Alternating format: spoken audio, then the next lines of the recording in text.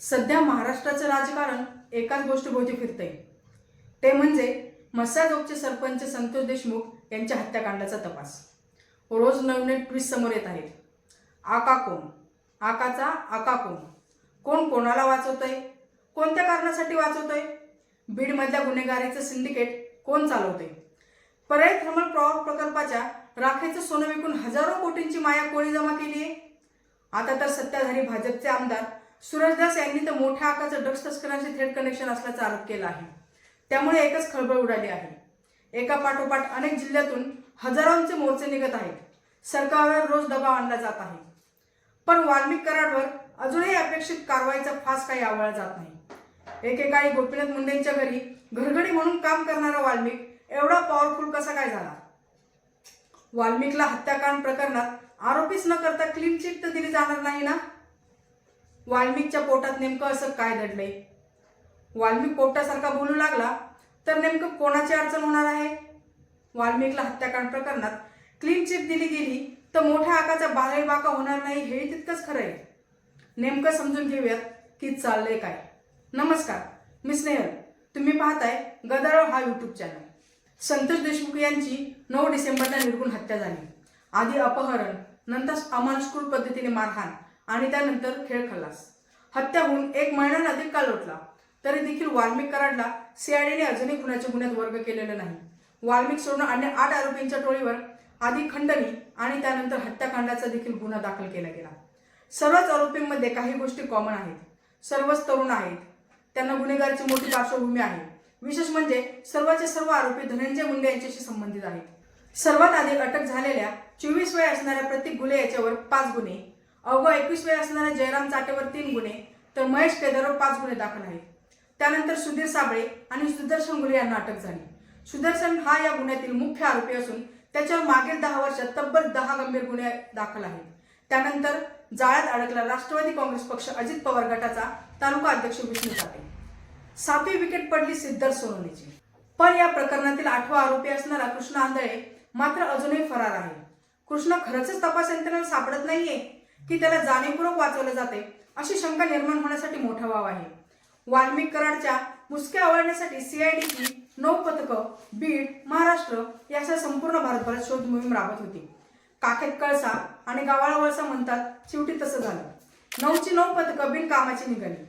वाल्मिक एखाद्या चित्रपटातील कथानकाला शोभेल अशा पुष्पा स्टाईलने स्वतःहून 31 डिसेंबरला दिवसा ढवळ्या पुण्यात सीआयडीच्या दारात शानदार एंट्री घेत उतरला, तोही तपास यंत्रणेच्या नाकावर टिचून. शरण येण्यापूर्वी त्यानं स्वतःचा व्हिडिओ व्हायरल करत हत्याकांड प्रकरणाशी आपला काही संबंध नसून पोलीस तपासाआधीच स्वतःला क्लीन चिट देऊन टाकली. गाडीतून उतरल्यावर वाल्मिकला त्याचे समर्थक, मीडिया प्रतिनिधी, सीआयडी कर्मचारी यांचा गराडा पडला. पण वाल्मिकच्या चेहऱ्यावर पश्चातापाची साधी झलकही पाहायला मिळाली नाही.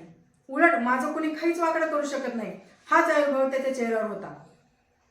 वाल्मिकला कोठडीत व्हीआयपी ट्रीटमेंट दिली जात असल्याचा आरोप संदीप क्षीरसागर यांनी केलाय. ज्या पोलीस स्टेशनमध्ये वाल्मिकला ठेवलंय तिथे झोपण्यासाठी खाटा मागवल्या गेल्या असल्याचा देखील आरोप केला गेला. एकूणच काय तर डॉन वाल्मिक कराडची शाही बडदास्त सुरू असल्याचं म्हटलं जाते.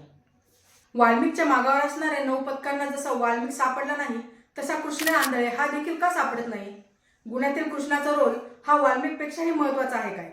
खोलवर कुठेतरी पाणी मुरतं एवढं मात्र नक्की. काही महिन्यांपूर्वी पंकजा मुंडे म्हणाल्या होत्या की वाल्मिक अण्णा कराड यांच्याशिवाय धनंजय मुंडेंचं पानही हलत नाही. दुसरीकडे वाल्मिक प्रति धनंजय मुंडे म्हणून लोकांमध्ये वावरत होता. वाल्मिक बीडचे गुन्हेगारी सिंडिकेटचा प्रमुख झाला होता. परळी थर्मल पॉवर प्लांटमधून बाहेर पडणाऱ्या राखेचं कॉन्ट्रॅक्ट काही कंपन्यांना देण्यात आलं होतं. पण वाल्मिकच्या दहशतीमुळे वाल्मिक सोडून अन्य कुणाचाही डंपर, जेसीबी राख उचलू शकत नव्हता. आता तर वाल्मिकच्या आकाचं ड्रग्ज कनेक्शन असल्याचा देखील आरोप झाला आहे. वाल्मिक आणि धनंजय मुंडे यांच्या नावावर अनेक ठिकाणी शेकडो एकर जमिनी आहेत. एकेकाळी घरगडी असणारा वाल्मिक आता 1,500 कोटींच्या संपत्तीचा मालक असल्याचा थेट आरोप सूरजदास यांनी केला आहे. त्यानंतर वाल्मिक कराड प्रकरणात ईडीची एंट्री हवी होती असा आरोप सुप्रिया सुळे यांनी केलाय. वाल्मिकच्या नावानं 2022 मध्ये ईडीने नोटीस काढली होती. त्यानंतर कोणतीही कारवाई मात्र झालेली नाही. परंतु संजय राऊत, अनिल देशमुख यांच्यावर काही पुरावे नसतानाही कारवाई झाली हेही सांगायला सुप्रिया सुळे विसरल्या नाहीत. आधी बीड, मग एका पाठोपाठ परभणी, वाशिम, बुलढाणा, पुणे, लातूर, धाराशिव अशा अनेक जिल्ह्यांमधून हजारांच्या संख्येने मोर्चे निघाले. सुरेश धस, संदीप क्षीरसागर, बजरंग सोनवणे, जितेंद्र आव्हाड, प्रकाश सोळंके, छत्रपती संभाजीराजे, मनोज जरांगे यांसारखे अनेक राजकीय सामाजिक नेते यांनी या मोर्चांमधून अनेक गंभीर आरोप केले. सामाजिक कार्यकर्त्या अंजली दमानिया यांनी देखील यात उडी घेतली. निनावी फोनद्वारे धमक्या दिल्या जात असल्याचा आरोप दमानिया यांनी केला आहे. एकेकाळी पुरोगामी, सुसंस्कृत म्हणून ओळखला जाणारा महाराष्ट्र बिहारच्या दिशेने वाटचाल तर करत नाही ना, असा प्रश्न आता निर्माण झाला आहे. मुख्यमंत्री आणि गृहमंत्री असणाऱ्या देवेंद्र फडणवीस यांनी विधानसभा अधिवेशन काळात हत्याकांड प्रकरणातील आरोपींना मोक्का लावण्याची घोषणा केली होती. त्यांनी तो लावून आपला शब्द पाळला देखील. पण यातून वाल्मिकला वगळलं गेलं. प्रश्न निर्माण होतो, का वगळलं गेलं? वाल्मिक कराडने विष्णू चाटाच्या फोनवरून आवादा कंपनीच्या सुनील शिंदे यांना सुदर्शननी सांगितलं तसं आहे त्या परिस्थितीत काम बंद करा, अन्यथा त्याचे परिणाम गंभीर होतील अशी धमकी दिल्याची FIR नोंदवली होती. आवादाचे अधिकारी शिवाजी थोपटे यांना वाल्मिकने काम चालू ठेवायचे असेल तर 2 कोटीची मागणी केली होती. शिंदे यांच्या फिर्यादीवरून वाल्मिकवर खंडणीचा गुन्हा दाखल झाला खरा, पण ज्या खंडणी प्रकरणावरून सरपंच संतोष देशमुख यांची अमानुष हत्या झाली त्या हत्याकांड प्रकरणात वाल्मिकचा समावेश का केला जात नाहीये? नेमकं पाणी मुरते कुठे? वाल्मिकला अटक होत नाही, तो स्वतः हजर होतो. रात्रीतून केस कोर्टात सुनावणी घेतली जाते. सुनावणीच्या काही मिनिटं आधी सरकारी वकील केस चालवायला नकार देतात. सरकारी वकील नेमकं कोणाच्या दहशतीला घाबरले?